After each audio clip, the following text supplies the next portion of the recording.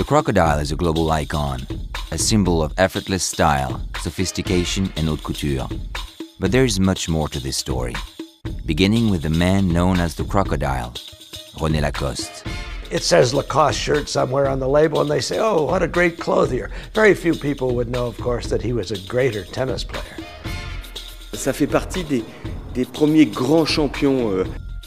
We talk about Roger Federer, and we talk about John McEnroe, we talk about Pete Sampras, but he's right up there with these guys. En effet, on dit le crocodile. Le crocodile, c'était quoi? C'était l'image d'un joueur de tennis qui renvoyait tout, qui ne faisait jamais une erreur. He was always trying to be perfect. A legend. Sharp businessman. He was an inventor. Invented the polo shirt. He created the metal racket. And went on with the tennis racket in his hands to his last days.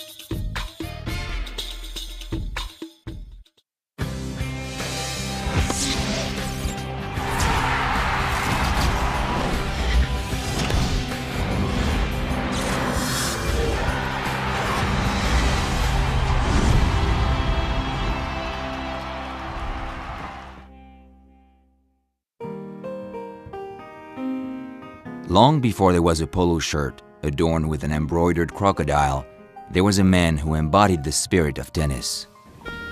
In the roaring 20s, Rene Lacoste was perhaps the best tennis player in the world, winning 7 major singles championships, including 3 French Opens, 2 Wimbledons, and 2 US Opens. He always had a hat and long pants on, white, all white, and he was known as a tenacious fighter. If he ever got ahead of you, it's a little bit like Tiger today in golf. If he got ahead of you, it was very hard to beat him.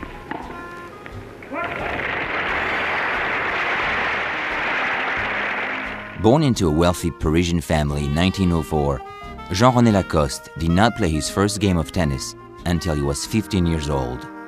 My father started playing tennis when he was about 13 or 14 years old, and he used to borrow the tennis racket of his elder sister. And very quickly he loved this so much that he did ask my grandfather to give him the opportunity of playing tennis more regularly.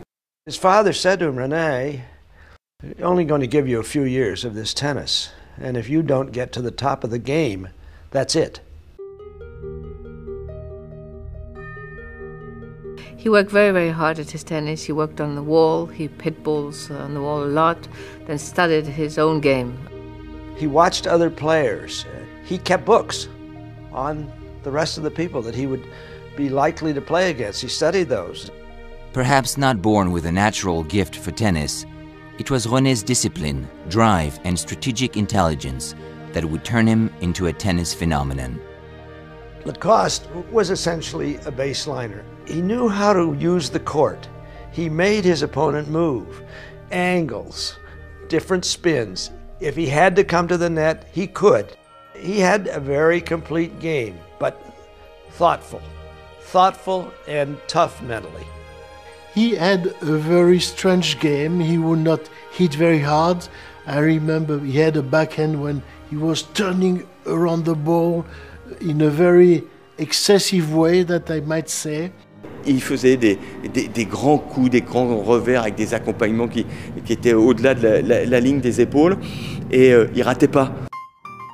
At the age of 19, René became the final member of the French Davis Cup team that would eventually be known as the Four Musketeers.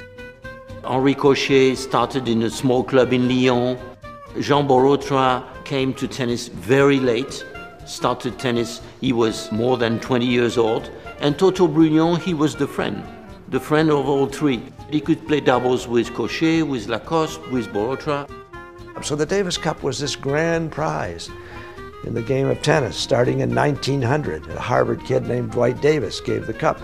And they were determined to bring that cup back to the homeland.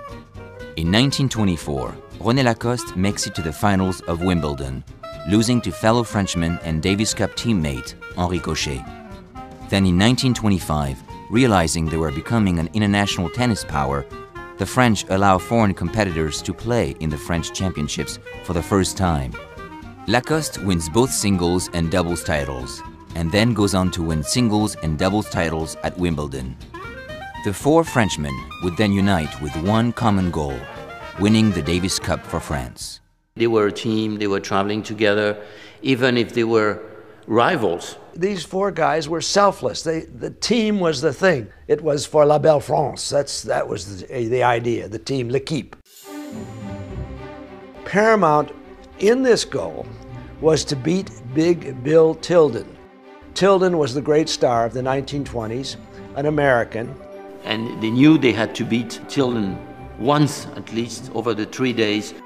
Ranked as the #1 tennis player in the world from 1920 to 1925, Big Bill Tilden anchored an American team that dominated the Davis Cup for 5 consecutive years. Lacoste then made it his personal mission to defeat Big Bill. He was practicing all day, and he could work on the grip, he could work on the forehand, he could work on the backhand for hours.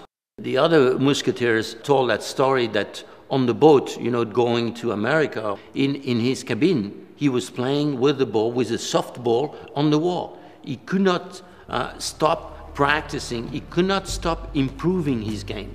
The French would ultimately fall to the Americans in the finals of the 1925 Davis Cup, but Lacoste would push Tilden to 5 sets, and even had a match point against him in the 3rd set. The French team would consider this a breakthrough.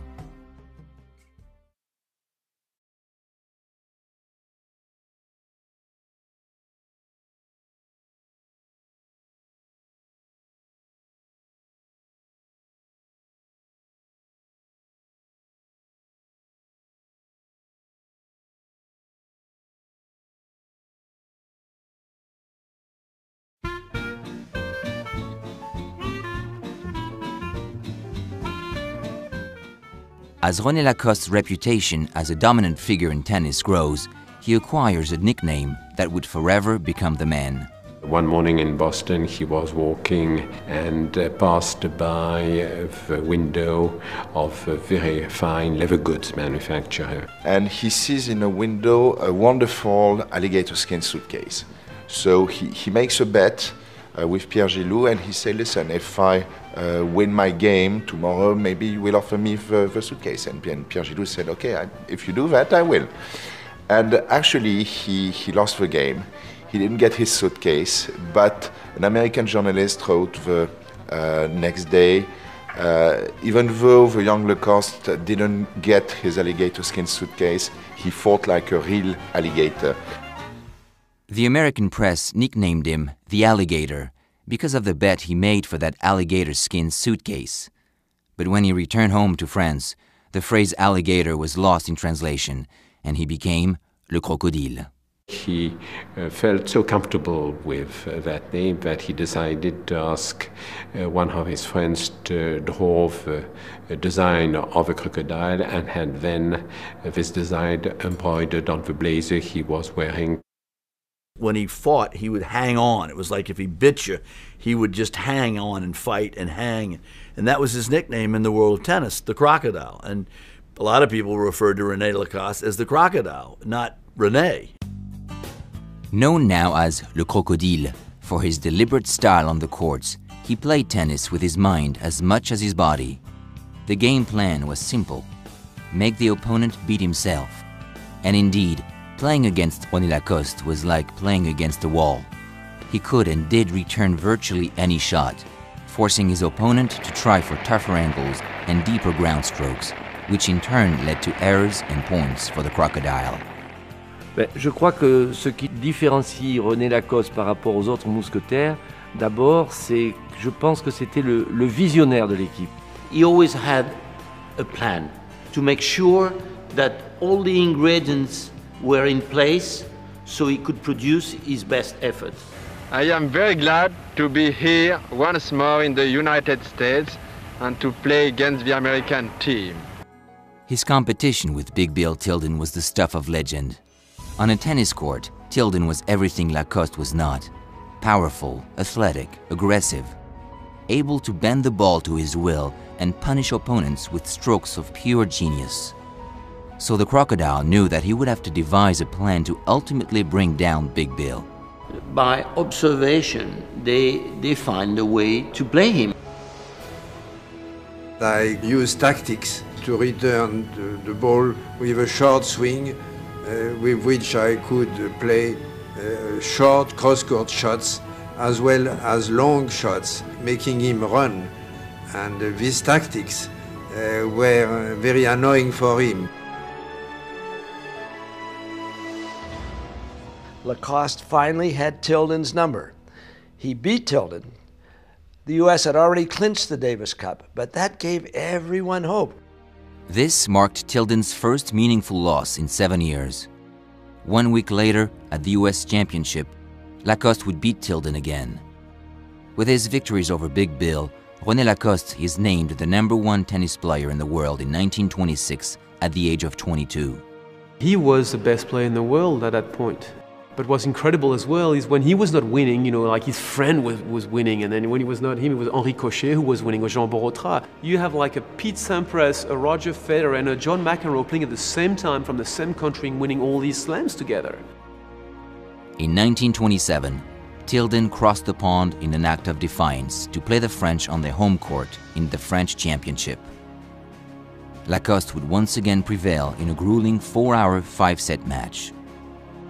Having an all-French finals at Wimbledon that year, the French would carry significant momentum into their Davis Cup finals against the Americans and Big Bill Tilden. Lacoste would once again devise a plan to bring down the big American. They decided to play the long match, make a lot of rallies the first day, lob him and playing short balls to him the second day to make him tired for the third day. And the third day, it was possible to beat him. While the French were down 1-2 to the Americans, Lacoste's strategy to wear down Tilden had worked.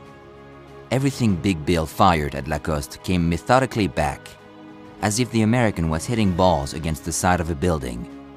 Gradually, Lacoste wore down Tilden, parrying every shot like a tennis machine until he won the match in 4 sets.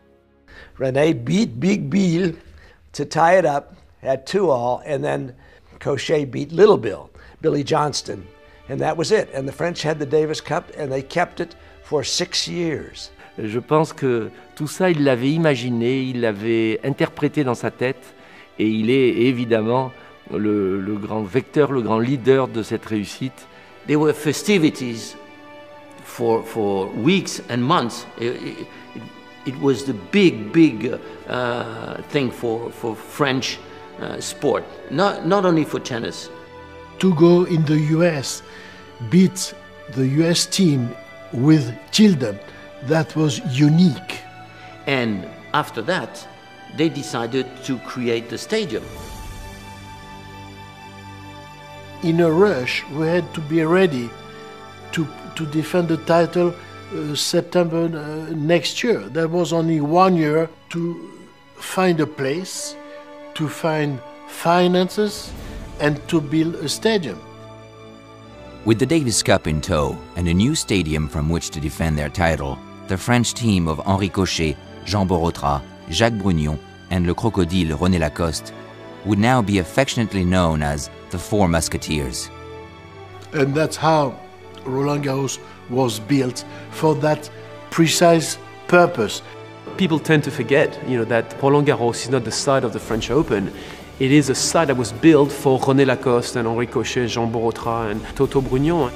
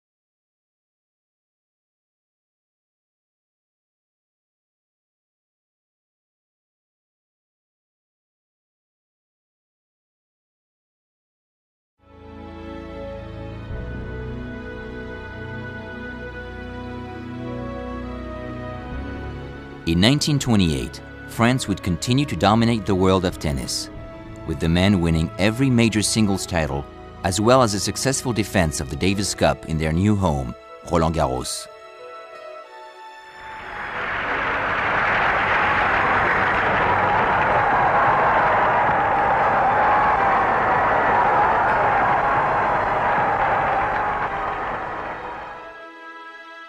But in the beginning of 1929, after what would be his last major victory as a player in the French championship, Lacoste fell ill, developing tuberculosis and ultimately leaving the crocodile fearful for his health. For 2 years he didn't know if he'd survive it, because that time wasn't that easy without, obviously, the antibiotics. He thought that he could not play anymore. He didn't want to let his friends going away without support, so he decided to become the captain. And he won the cup as well as a captain. Though he retired from playing tennis at the early age of 25, his contributions as the team's captain led France to Davis Cup victories in 1931 and 32. Lacoste's waning health eventually took him off the court altogether and made him even more cautious for his well-being. Because of, I think, his tuberculosis, he never went out to dinner, to cinema, to theater. He decided that he needed to be very careful with cold winds, sitting in the front rows of Roland Garros with his big coat, a thick scarf around his neck, and a hat to be sure that even under warm weather and the sun there would not be the risk of a little cold wind striking him. While Lacoste had accomplished all of the goals he set out to achieve in tennis, he was always known as a man with a restless mind, one focused on the simple equation of problem plus thought plus effort equals solution. The first problem to be conquered was the tennis shirt. In those days, men often played in long sleeves and full-length trousers, attire better suited for a day at the races than 3 hours of world-class tennis. My grandfather invented the polo shirt in 1927. Alors, he invented it because when he was playing the US Open, which was at that time at Forest Hills and a little bit earlier, in August actually, the weather conditions were so hot. He found some fine cotton and somebody who could work with him, and they made what we now call a polo shirt like I'm wearing. And he invented it basically just for his own use. His friends started to ask him, but Rene, please, could you make a few for me? And then the friends of his friends, until in 1933, he had this idea of founding a company. Lacoste was founded in 1933 by André Gillier and René Lacoste. My father decided that he wanted to bring to the market, in fact, what is the first modern polo shirt. He decided, in fact, I think against the advice of all those who wanted to give him advice, that placing a little embroidery depicting this alligator on the outside would be a nice idea. Many friends told him that the first thing that a customer would do would to pick up a pair of scissors and cut away that ghastly, stinky, awful-looking animal. Well, apparently, this is not what people felt. Each person who wears the Lacoste products becomes a little advertisement for the product, and that again was a first in the world of fashion. And when I played the tour 30 years after he did, everybody wanted to wear Lacoste clothing because it was more comfortable, it was better against sun and heat and sweating, and it had the armlet on the shoulders that he created and developed. It was phenomenal. The great sports writer Paul Gallico once wrote that athletes are the only ones we ask to die twice. But on his retirement from competitive tennis, René Lacoste chose not to go gentle into that good night. Just as with his approach to his opponents, Lacoste saw a problem and sought a solution.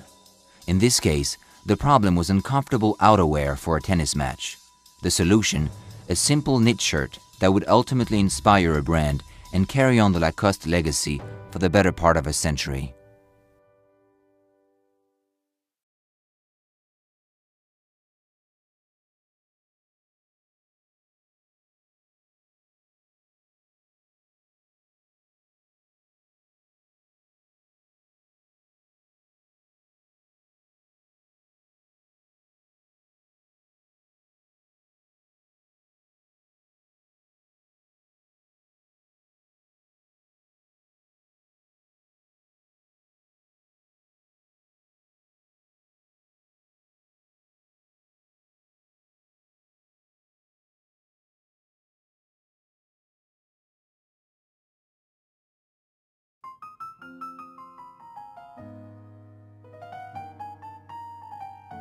Rene Lacoste won fame in tennis. He built a company that catered to his sport. But it might surprise some to learn that the Lacoste family was equally at home on the links. René's wife, Simone Thion de la Chaume, won the British Women's Amateur in 1929. She too was a French celebrity. And when the two were married, it made national news. My mother, she was, if I'm correct, one of the very first foreigners to win the British Ladies Championship. She was a fantastic golfer. She was she was champion. She won the British girls first, and then British ladies. And she won all that before 21 when she got married. But the best golfer in the family is their daughter, Catherine. She learned the game at Chantaco, a course built by her grandfather off the Basque coast in Saint-Jean-de-Luz in 1926. I just played golf until I was about 13, just without taking conscious that I was really doing something special. And then after 13, I started playing a few competitions and starting playing a bit better, winning tournaments. In 1967, as a 22-year-old amateur, Catherine opted not to play in the European Team Championship. Instead, she made the trek to Hot Springs, Virginia, to compete in the US Women's Open. So I arrived and, I was just a little amateur from France and nobody really thought much about me. And then I started to play in the first round. I had a 71, which wasn't too bad, and was about second. And then after 2 rounds, I was 5 strokes ahead of the field. So I called my parents and said, I'm playing well. I call you on Sunday to know how it finished. And then the last day, in fact, on my father's birthday, which was rather incredible, the 2nd of July, I won the US Open, and I called them, and they were very, very excited, obviously. For them, I think it was incredible excitement. 40 years after, he won also Forest Hills, and it was incredible. One of the stories was rather fun. That, when I went to the States, somebody asked me when the customs, are you Rene Lacoste's daughter? And I said yes. And a few years later, he came back from the United States one day and said, you know what they asked me at the customs, if I was Catherine Lacoste's father? And he was so happy about this. He thought it was the greatest joke.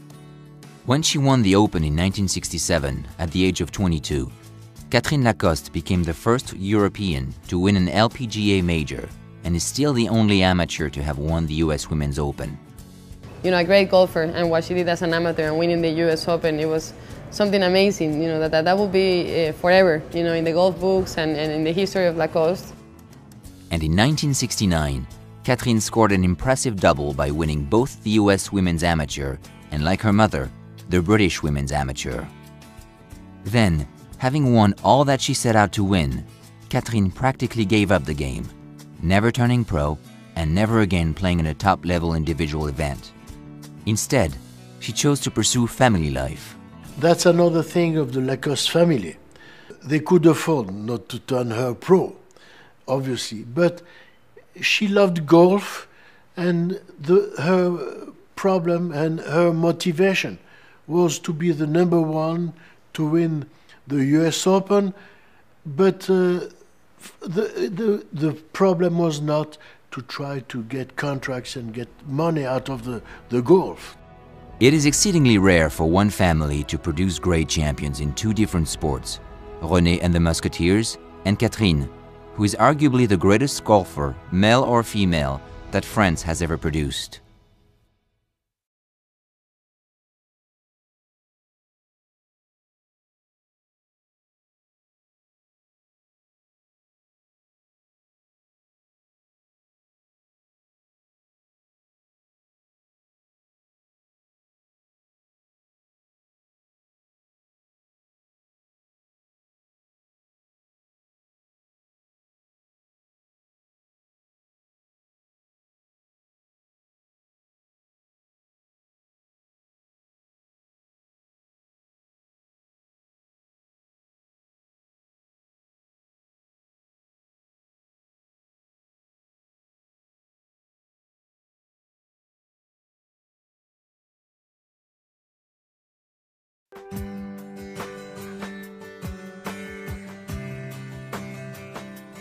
Like many of the great innovators throughout history, Rene Lacoste's mind was always searching for the solution to any problem that stood in his way.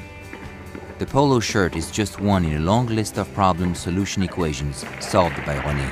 You say, okay, we have a problem there, how can we solve it? C'était avant tout quelqu'un qui réfléchissait sur les choses et qui était capable à tout moment d'inventer quelque chose. You may have seen or heard of a machine he invented to send the balls on a tennis court, which allowed somebody who had no partner in front of him to practice his tennis. C'était toujours très porteur que de pouvoir discuter avec lui parce qu'il avait toujours une idée, toujours à la recherche de voir ce qu'il pourrait faire à la limite pour rapporter quelque chose au tennis. One of René's most notable ideas was his desire to improve the tennis racket. At a time when tennis players were equipped with basic variations of the same wood rackets, René sought a better, more powerful solution. We were coming out and playing at this time with wooden rackets. They look always the same, with different colors, sometimes different grip, but the Max Planck Dunlop or the Schlesinger Challenge 1 were exactly the same. You wanted to find a racket that would be powerful, would have a lot of control, would not bend like wood, would do at the time. The first day I met him, I was given a teaching lesson, and he came with a wooden box, and he said, "Look, guys, I'm very sorry to interrupt you, but I got to show you something. This is my last invention." He opened the box, and there was the steel racket. Nobody has ever seen the steel racket before. He was a visionary in that he thought wood was not here to stay. He thought it would be much better to have a metal racket. He came up with the split shaft racket, steel. And the steel obviously had a lot of flexibility, and he was giving a lot of whip in the ball. It was a lot lighter than the wooden racket, so you're going to get a lot more power with less swinging effort. And he sold it to the Wilson people. It became the Wilson T2000. The man who made it famous was Jimmy Connors. In fact, Jimmy went on to become one of the most prominent figures in the game of tennis, winning a total of 8 Grand Slam singles titles, all of which while wielding the steel racket. So it was the famous racket that Jimmy Connors or Billie Jean King played with. Actually, it won 46 Grand Slam titles, this racket. Wilson, at one stage, with the great Jack Kramer, had 12 wooden model Kramer rackets, and they were the largest seller in the world. And then Rene came along with this metal racket, and gradually metal replaced wood rackets. I would have loved to have been able to serve with the equipment today, or the equipment, say, that Rene developed in that racket of his. Today, everything is a composite and a graphite, and really Rene started that revolution with the T2000, which was the first and the forerunner of non-wood rackets. But Rene didn't rest with his success in the steel racket. He embraced the new materials and recognized that with them, there were new challenges. And with new challenges, he sought new solutions. He made, a great racket. But then when that was done and some other players moved to graphite and other material, he basically, was trying to find a new way to do something different. And that's why he invented 15 years later, the racket who looked like a guitar, you know, with a vibration absorber. One time he said, well, Guy, I'd like you to show you something, but don't talk to anybody about it. Can you come really early one morning at the racing club that was in Paris? I want you to try a racket for half an hour and tell me what you think about it. And he pulls out his racket.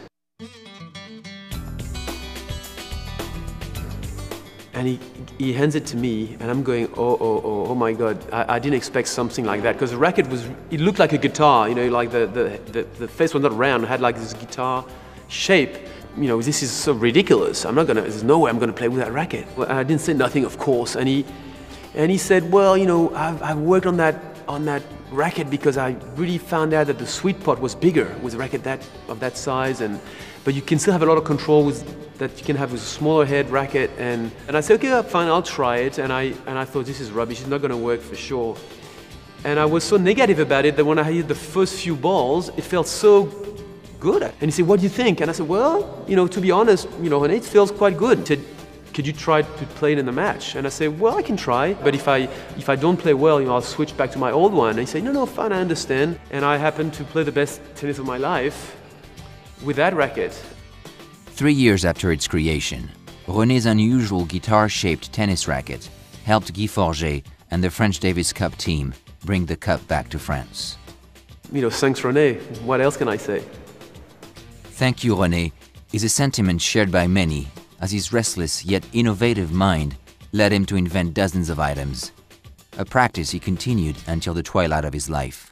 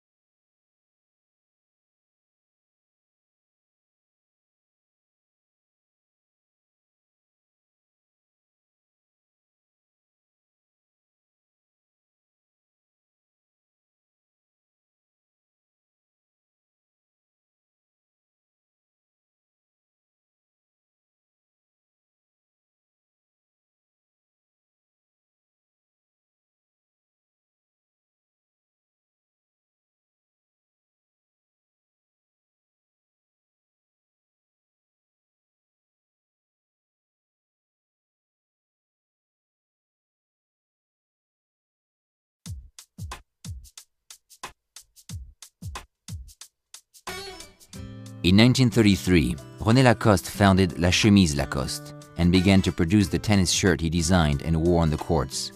With the crocodile logo embroidered on the chest, it served as the first example of a brand name appearing on the outside of an article of clothing. The brand has grown considerably since René first donned the shirt in 1927.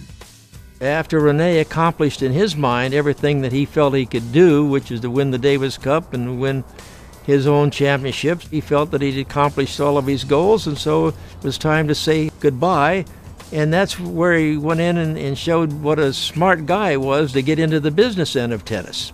And I think he felt that he wanted to get into business and create things. And so he started at a very young age and he built up an enormous business. From the very small numbers of crocodiles which were sold in 1933, 75 years ago, we are now at 2 little crocodiles every second, 24 hours a day.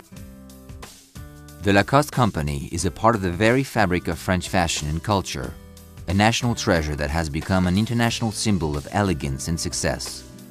Yet its roots still remain deeply seated within the Lacoste family. We're very, very close to it. We live with it. For us, it's really a heart, and it's fun because not only mine, but also all the generation after. They love the brand. For them, it's really very important, the crocodile. It's a mixed feeling between pride, but pride not for myself. I mean, pride for what my grandfather did, for what my Uncle Bernard did. And it's a little bit of pride to be able to at least to do my best to try to continue this family story. It's a family brand, and that's the way it should be, you know, always, forever, just to keep always the values. You got to understand the Lacoste company thinks of itself as a French family. They always talk about the Lacoste family. My brother Bernard very quickly widened the scope of the type of clothing we were making. And then, step by step, he added categories of product.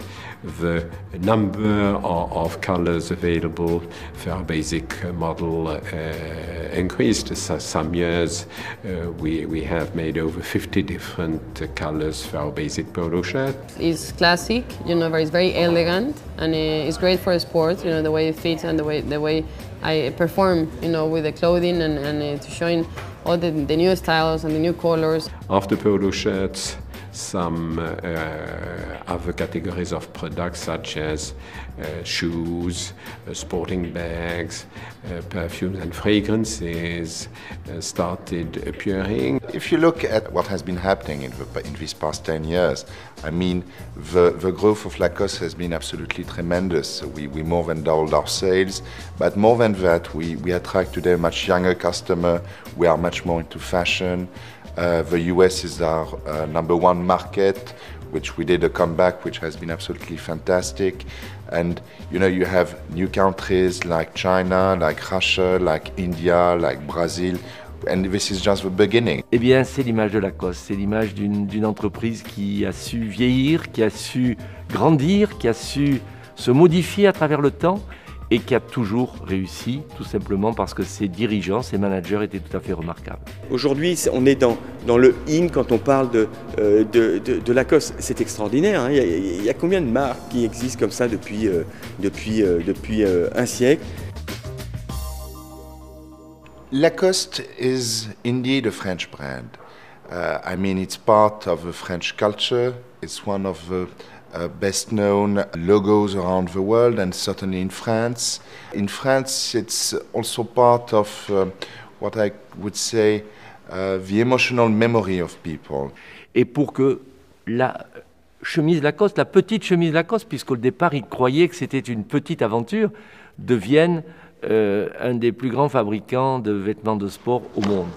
Et au fur et à mesure qu'on voyageait après, ça nous faisait plaisir que de retrouver à l'étranger, non pas des sportifs qui portaient Lacoste, mais des hommes politiques. Moi, je me souviens de Kennedy qui avait une chemise Lacoste, Nixon, enfin, tous les hommes politiques, je parle en tous les cas aux États-Unis, mais on voyait cette chemise partout et on avait une espèce de fierté que de se dire, bah, nous aussi, on porte cette chemise, mais elle est mondialement connue.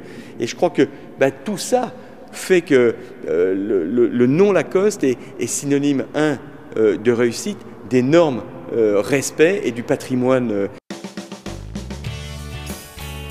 Our references to sport elegance and these values have been there for as long as man. I think this is one of the reasons for which our products have an element of timeliness. We have managed both to keep our roots where they were and stay completely modern. Timeliness does not mean stodginess. Since creating the first polo shirt 75 years ago, Lacoste has come to represent a modern, unique and high-quality lifestyle, featuring a broad line of items for men, women and children.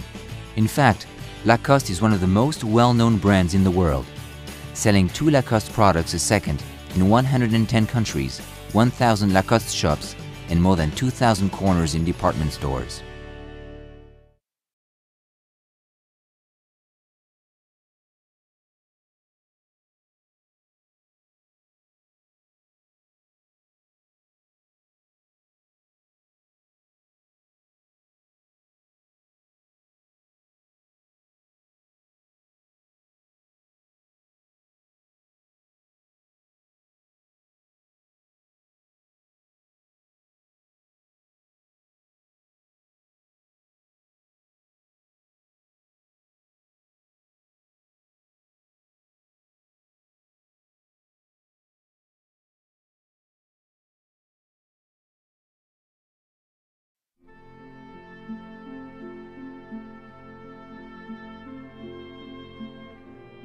Of all the accomplishments one could list about Rene Lacoste, the tennis champion, the ingenious inventor, the successful entrepreneur, perhaps the greatest is one that cannot be measured by patents, trophies, or financial reports.